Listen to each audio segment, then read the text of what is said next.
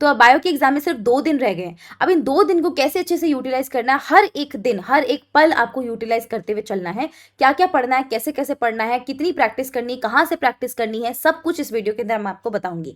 मैंने अभी रिसेंटली कल ही एक वीडियो अपलोड करा था जिसमें 3 दिन का मैंने प्लान बताया था। आई होप आप लोगों ने उस 3 दिन के प्लान को एग्जीक्यूट करना आज से शुरू कर दिया होगा। नहीं करना शुरू किया तो प्लीज वो वीडियो देखकर आइए और शुरू कर दीजिए।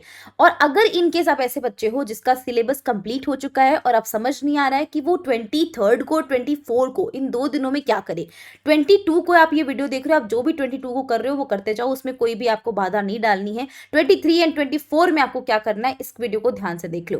देखो, जिन बच्चों का सिलेबस कंप्लीट हो गया ना, मैं उनसे बात कर रही हूँ। जिनका सिलेबस नहीं हुआ है, काइंडली अपना सिलेबस कंप्लीट करें। क्या पूरा सब कुछ नहीं करना होता है। सबसे पहले अपन वो चीजें करेंगे जो इजी है, थोड़ा डुएबल है और थोड़ी सी हाई स्कोरिंग है।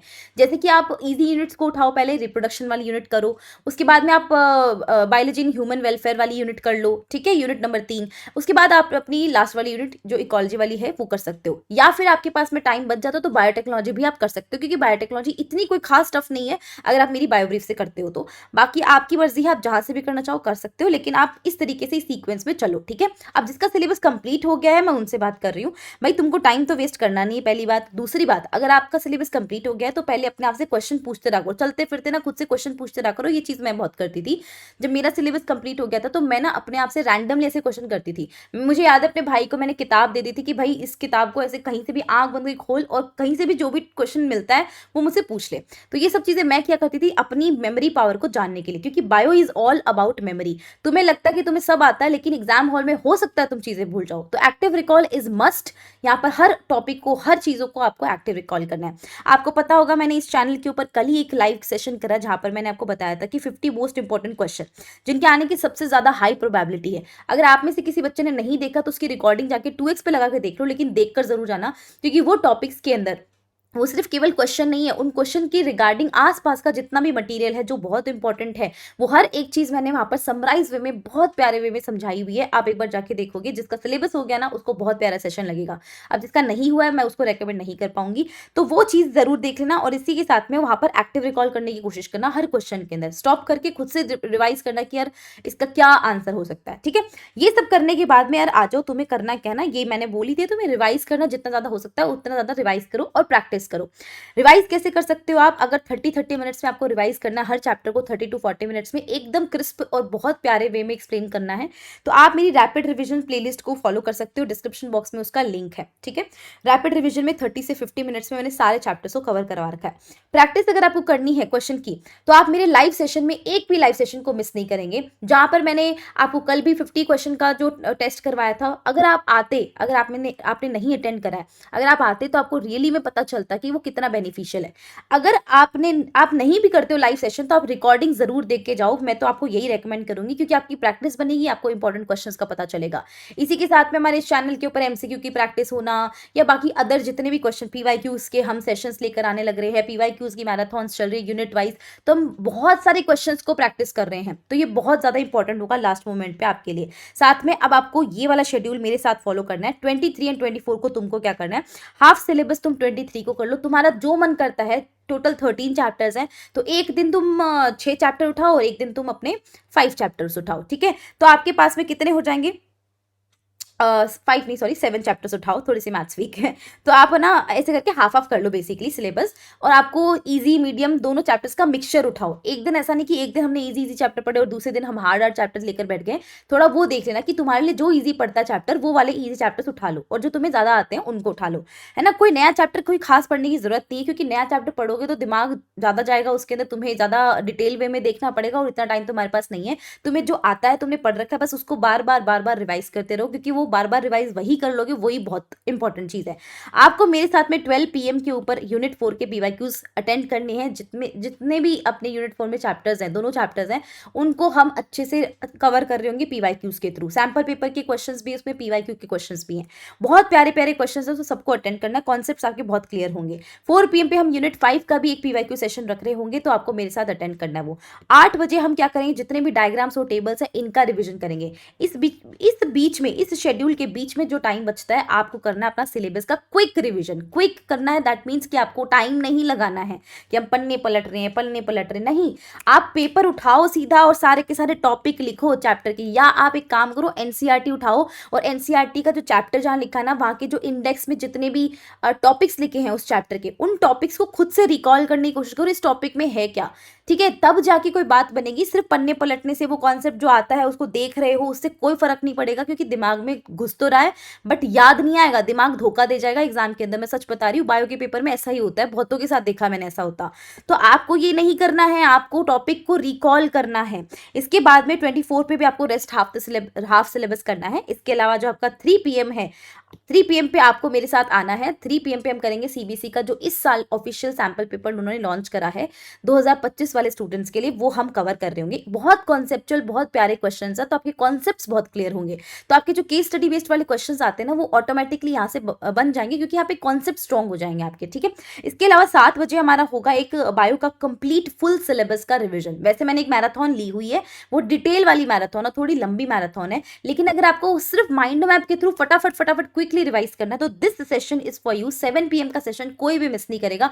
24 मार्च अगर आप मेरे साथ बैठकर माइंड मैप के थ्रू मैं आपको बहुत प्यारे वे में एक्सप्लेन करूंगी और आपको जोर दे दे के बताऊंगी, देखो यहाँ से क्वेश्चन आ रखा है और यहाँ से क्वेश्चन आएगा।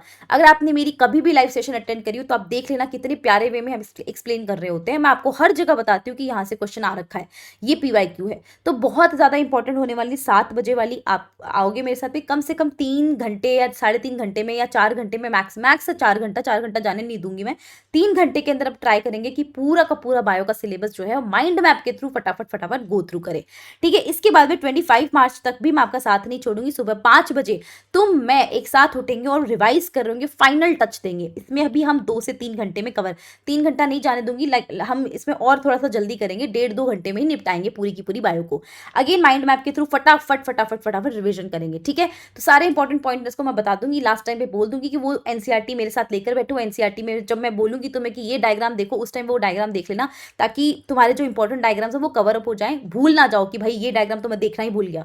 तो वो सारी चीजें मैं तुम्हारी कवर करवाऊंगी यहाँ तक 25, जब तक तुम्हारा पेपर नहीं हो जाता तब तक मैं तुम्हारे साथ हूँ। इवन दो एग्जाम हॉल में भी मैं तुम्हारे साथ हूँ, क्योंकि मैं सिर्फ तुम्हें पढ़ाती नहीं हूँ, मैं तुम्हें अपने छोटा भाई या छोटी बहन समझती हूँ। मैं चाहती हूँ कि तुम बहुत अच्छा परफॉर्म करो, मैं चाहती हूँ कि तुम्हारा पूरी जो मेंटल सिचुएशन है ना वो बहुत ज़्यादा इंपॉर्टेंट है। ये सारे स्टडी प्लान्स धरे के धरे रह जाते हैं जब यहाँ शांति नहीं होती। मैं हर बार कहती हूँ मैं तुम्हारे साथ हूँ, एंड मोमेंट तक साथ हूँ। तुम्हें सबसे ज़्यादा जिसके साथ की ज़रूरत है वो है खुद का साथ। खुद का साथ कभी किसी को नहीं छोड़ना है। एग्जाम हॉल के अंदर चाहे कुछ भी हो जाए, जब मेरी तबीयत खराब थी मैं तुम्हारे लिए सेशन ले रही थी, मेरी बीच में इतनी बारी तबीयत खराब हुई मैंने सेशन लिया, मैंने 10 घंटे की मैराथन ली, मेरे मुंह में छाले हो गए, मैंने सेशन लिया।